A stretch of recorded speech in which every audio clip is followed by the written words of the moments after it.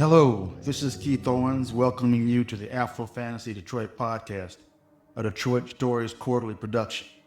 Today I will be reading you part 3 of The Witch, and I hope you enjoy it. I felt like there was nothing else in existence beyond the whisper-thin membrane that had wrapped itself around us like a tent.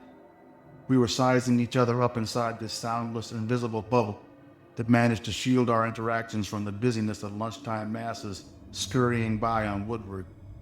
Most of them were deeply absorbed into their own don't bother me world of phones and earpods, sharing conversation with other remote someones moving about inside bubbles of their own.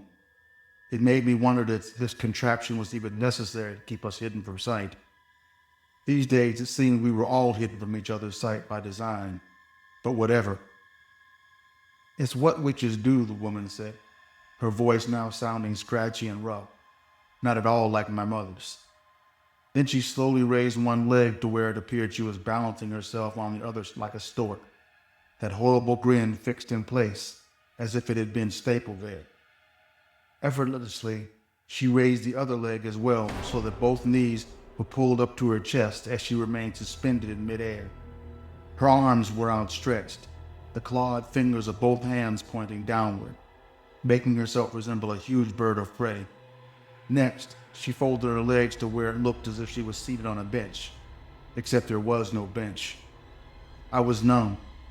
I suspect my brain didn't know any other way to protect itself, and the rest of me, from shutting down and checking out. Initially, there was a rapid, scattered attempt to flip through any and all rational explanations, again a form of self-protection. But too soon it became apparent that whatever was rational wouldn't do me any good right now. Because whatever this was, it was happening in real time, right in front of me, and I was going to have to deal with it on its own terms. Witch, I said, my voice feeling dry, but sounding as if there was a bit of an echo. The woman nodded slowly. Yes, dear heart. This time her response was mainlined straight inside my head, to an internal receptor I didn't even know was there. I wondered if maybe this was one of those leftover parts of the body from several evolutions ago, like the gill slits they say you can see in embryos. But then something else in me said I read way too much science fiction. But this isn't science fiction, is it, dear heart? Her grotesquely distorted lips hadn't moved at all, but the flickering amusement in her eyes seemed to be taking pleasure in my shocked reaction.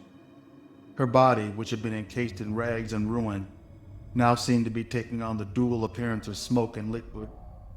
This is real, Marcellus. My mother's voice again. I felt my anger beginning to overtake my fear and shock. Well, that's it for today. Thanks for joining me, and I hope you enjoyed this reading of The Witch, Part 3. I hope you'll join me again next week for Part 4. This is Keith Owens signing off, and remember you can read the entire story of The Witch from beginning to end at my Substack, Afro Fantasy Detroit, which is a Detroit Stories quarterly production. Feel free to visit our Detroit Stories Quarterly website at DetroitStoriesQuarterly.com, where you can catch up on all of our Detroit Stories Quarterly magazine issues. See you next week.